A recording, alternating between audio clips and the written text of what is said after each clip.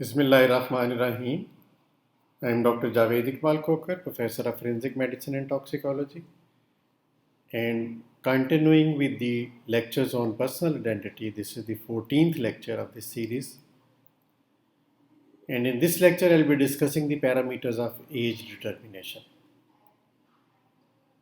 The study of ossification centers is very important regarding the age determination from skeletal tissues. And the contents of the talk today will be I'll be discussing what are ossification centers and what are the differences between primary and secondary ossification centers, what is epiphysis, metaphysis, and diaphysis. Then about the ossification center in intrauterine life and extrauterine life. The indicators for age estimation in bones will just have an overlook that the appearance of primary ossification is in intrauterine life. Then appearance of secondary ossification center in extrauterine life. Then the fusion of epiphysis with the diaphysis, that the ends of the bone with the main shaft. Then the degenerative changes in older age, the degenerative changes also help in estimation of age, like the osteophytes formation, the lipping of the joints. These are the degenerative changes. Now regarding the ossification centers, the two types are more important, the primary ossification center and the secondary ossification center. The ossification center, they appear on X-ray when they are about 2 centimeter or larger as a white spot. So radiologically they appear when their size is approximately 2 centimeters. The primary ossification centers, they develop during intrauterine life, and that too in usually the first trimester, that is between 7 to 12 weeks of intrauterine life. And they are mostly one in number. They develop in the body of irregular bones. In irregular bones, the primary ossification center, it develops in the body, like the hip bone, and then they move in the opposite direction, that they move circumferentially, but they develop first in the body, in the flat bones or irregular bones. The primary ossification centers of long bones, they develop in the periosteum of the shaft or diaphysis, and this is called as periosteal collar. And the primary ossification center for the long bones, they develop in the shaft. This is a diagrammatic representation of long bones of child and adult. The blue lines are there indicating the fusion lines, which is the physis or the growth plate. And the ends you can see the epiphysis, and the middle, the shaft, is the diaphysis. So the epiphysis, when they are fused with the diaphysis, that the shaft, there is no fusion line, no growth plate will be visible. Like on the left, you can see the X-ray diagrammatic representation of adult, and there is no fusion line. The epiphysis, that the ends have been fused with the shaft, that the diaphysis. And this is another just to indicate what are the epiphysis. On the left you can see the radiograph, and there are epiphysis, they have not fused with the shaft. You can see the clear gap between the ends and the shaft. And this is the ossification center, secondary ossification center, lower end of femur and upper end of tibia. And the primary ossification center, they have developed in the intrauterine life and in the shafts. Now on the right side, there is a diagrammatic representation of the hip bone. The three bone, the ilium, ischium, and the pubis, and they are uniting in the center in the acetabulum as triradiate cartilage. And their primary ossification centers, they appear in the body and they spread around. Now the secondary ossification centers, they develop in the postnatal life after birth, and they develop in the long bones, and they develop in the ends or the epiphyses. The primary ossification center for the long bones, they are in the diaphyses, the shafts. But the secondary ossification centers for the long bone, they develop in the ends or in the epiphyses. And they may be single or they may be more than one. And this diagrammatic representation shows, on the leftmost diagram is showing the primary ossification center in the shaft.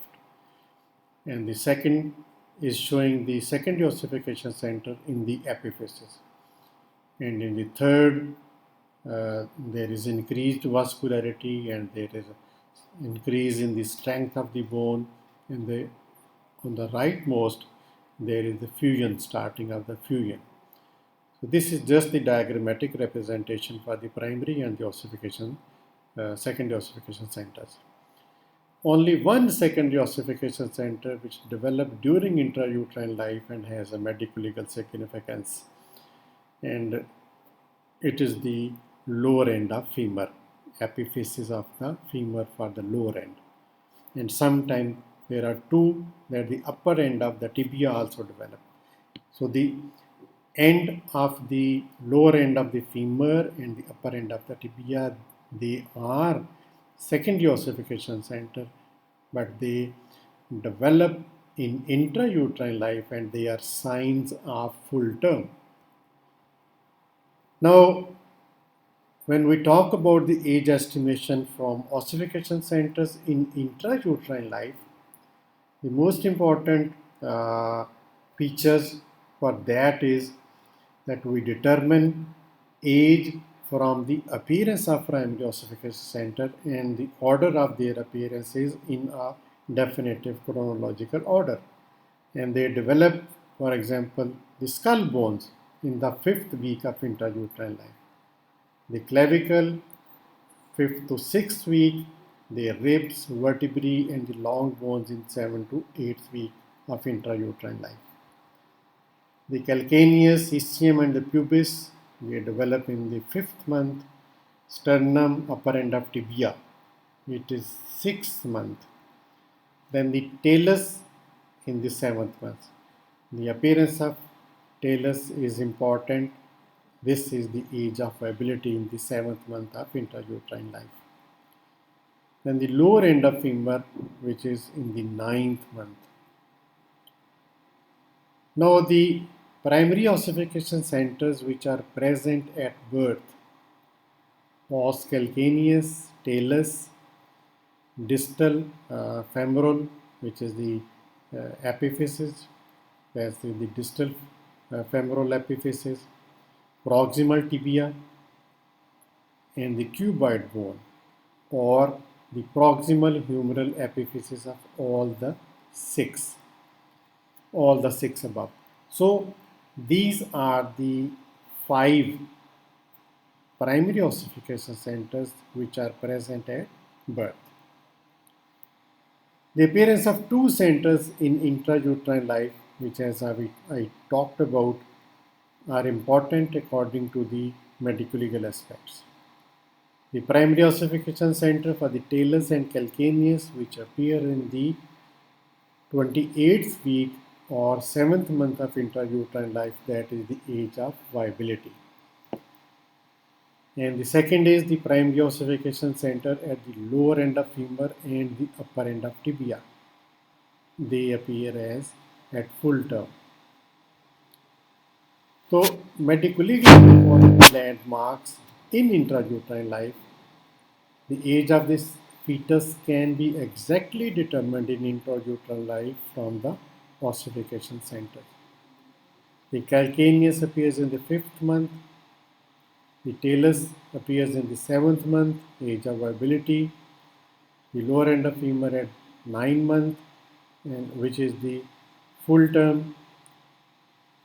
And this is a radiograph showing the lower end of the center for the calcaneus and talus. And this is the 28th peak. And here you can also see the centers for the talus and the calcaneus. On the X-ray on the right side, you can again see the lower end of femur. There is no center for the lower end of femur, and there is center for the talus. Now here you can see the lower end of femur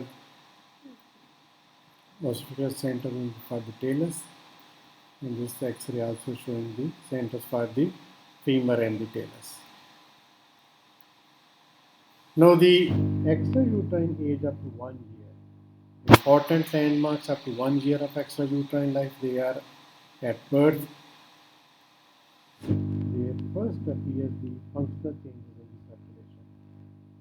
Closure of the umbilical vessels 2 to 3 days. Closure of ductus arteriosus 1 to 3 days.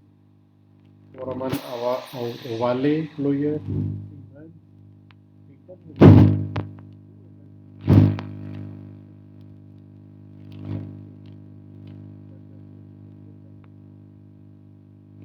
what are further changes in the umbilical cord?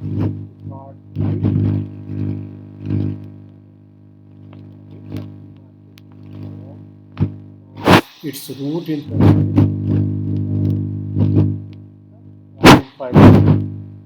the scar is healed in 10 days. So up to 10 days, the umbilical cord gives a very important indicator. Thank you very